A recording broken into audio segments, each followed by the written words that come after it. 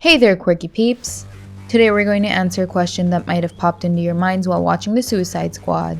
James Gunn has directed a masterpiece. Hats off to him for successfully pulling off an unrealistic, over-the-top villain with such ease and brilliance. He established his style with Guardians of the Galaxy. Oh my god, we've got a freaking kaiju up in this shit! And now he has pulled off something very unique by pulling all the pre-established norms of the superhero genre into his new DC film. He took quite a bit from his Guardians movie. Then there was a lot of gore brought in from Deadpool. He even used the decoy squad idea from Deadpool 2. All that mixed with his explicit style of filming and comedy formed a lovely combination. It was a reboot sequel that did not go out of its way to address David Ayer's Suicide Squad or the rest of the DCEU.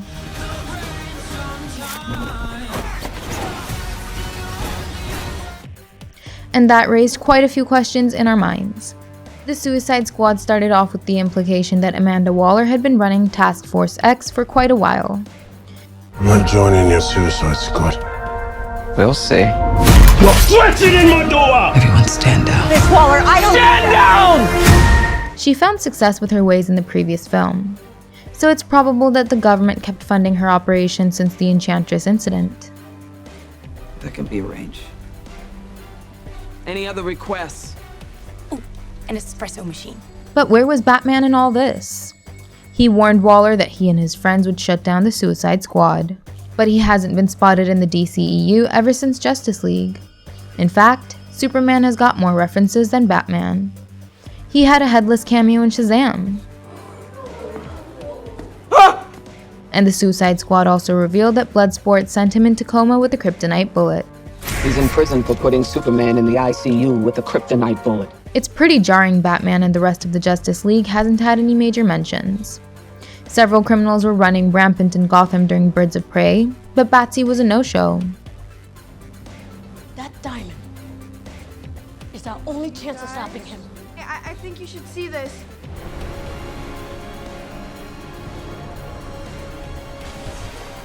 We just had to pretend that he must have been involved elsewhere.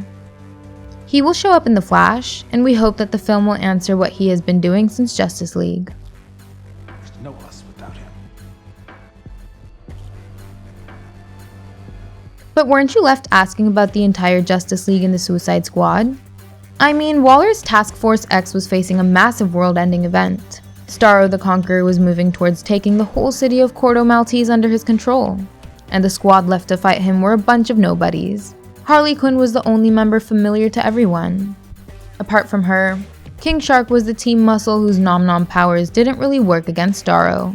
Bird. Now it. Stay off the comm. Bloodsport was the team leader whose artillery had no effect besides looking cool. Polka Dot Man proved himself to be a superhero. I'm a superhero! But he died. Ultimately, Ratcatcher 2 turned out to be the trump card. But it's obvious that TFX was no match for Starro the Conqueror. They were just supposed to destroy the evidence of American involvement in Project Starfish. Starfish is a slang term for a butthole. Think there's any connection? No. No. But they chose to fight for the sake of the world. And somehow, they were able to take the alien kaiju down. They did it in the craziest fashion. But still, Starro was clearly a Justice League level threat, and the movie didn't even try to explain where the Leaguers were. They were all scattered towards the end of the Justice League. Despite Bruce and Diana coming up with the Hall of Justice, Wonder Woman is probably out doing her own thing. Who knows, she might even be back at Themyscira. Aquaman is currently ruling the Kingdom of Atlantis and protecting the Seven Seas.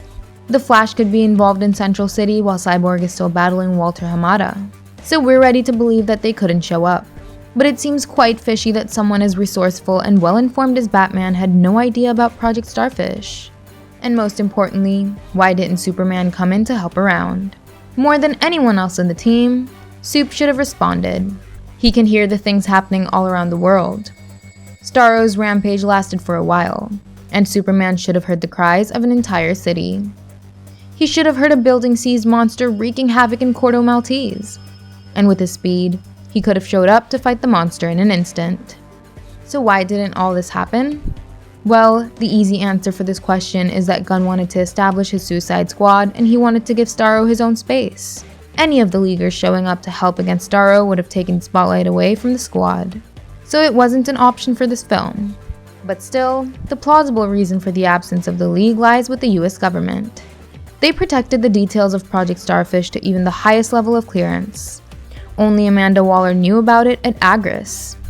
The League would have definitely taken an interest in this project involving human experiment if they had known about it. Right when Starro broke free, it was a panic situation in all of Corto Maltese. People were running around to save their lives instead of recording Starro or informing the world. Even the footage of Bloodsport and co fighting against Starro was seen after the battle had ended.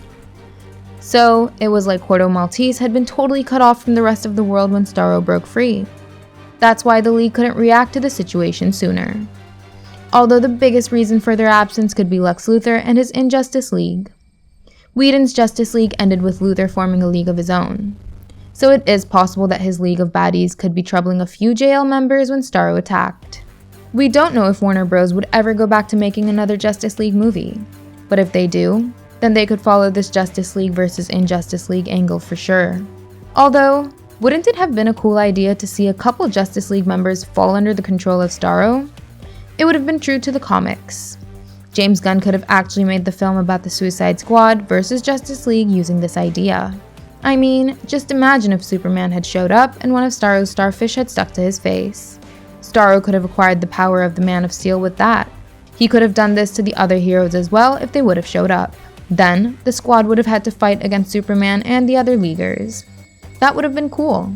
What's crazy is that James Gunn actually had an idea of involving Superman. He wanted to pit Superman against the Suicide Squad. In an interview with Film Starts, he mentioned that when he started writing the Suicide Squad, one idea was that they would fight Superman. The Suicide Squad had to catch Superman for some reason, as he had lost his senses or was being controlled by someone. His vague idea was to use the lousy no-name villains to take on the Justice League's strongest member. But he quickly dropped that plan, even though he could have achieved it with Starro in play. Well, I'd say that it is a pretty cool idea regardless. The upcoming game, Suicide Squad Kill the Justice League, will be exploring this premise. But I'd certainly love to watch this happen in live action. Gunn's latest version of the squad has scattered all over the place. The douchey Peacemaker will be running his own series, while Bloodsport, Haley, Ratcatcher, and King Shark are all running free.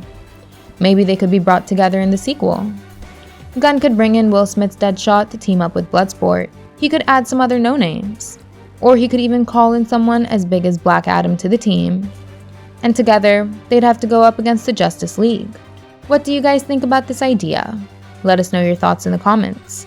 Leave a thumbs up and subscribe to our channel if you enjoyed this video. And don't forget to check out some more fun videos on our channel. Thank you, and I'll see you in the next one. Goodbye!